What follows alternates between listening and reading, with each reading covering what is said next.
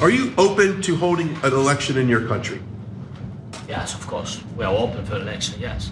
We have to do safety circumstances, and a little bit we need to work in the parliament, because during the war you can't have elections, but we can do security.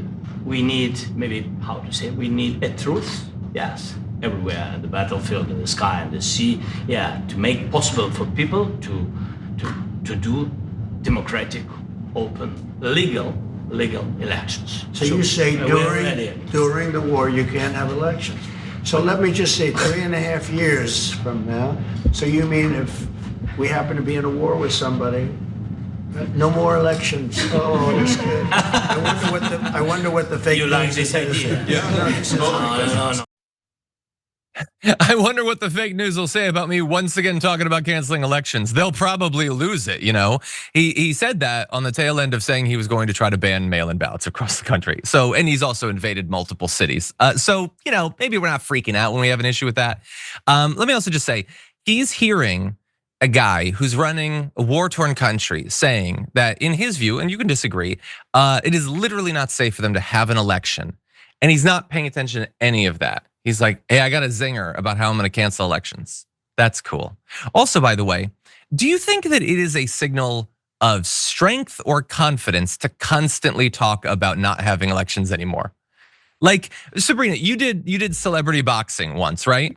Let's say that in the months leading up to it, you just constantly made jokes about how you were gonna cancel it and not do it. Would people interpret from that you thought you could win, or that you were worried you would lose? And yet for some reason, they don't see him constantly meddling elections as a sign of his utter lack of confidence that he can actually win them.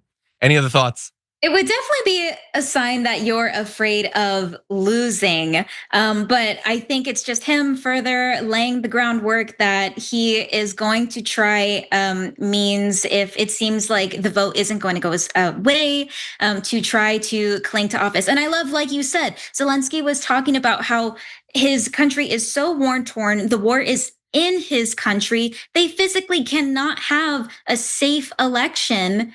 And that's all that Donald Trump took from it. Like, oh, if you have a war, you can't have an election. Oh, maybe we'll use that. Meanwhile, like, we are pretty damn safe here in the US as of right now. So it's just, yeah, he's just laying work. Well, safe except in DC. Obviously, DC is basically a war-torn hellscape. I think that we all know that. But outside of that, we're okay. If you enjoyed that, then make sure that you never miss another video by subscribing. And if you want a little more, consider hitting the join button and becoming a member. So you're probably wondering, why would I do that? Well, when you do that, you get access to bonus content that I make every single week, and it's a lot of fun. You get custom emojis and more. If you join at tier 3, by the way, you even get access to a monthly member hangout with myself. And you'll get all that going forward, but you'll also unlock years of the back catalog that is literally 100 or more bonus clips and top 10 lists and debates and more. So what are you waiting for?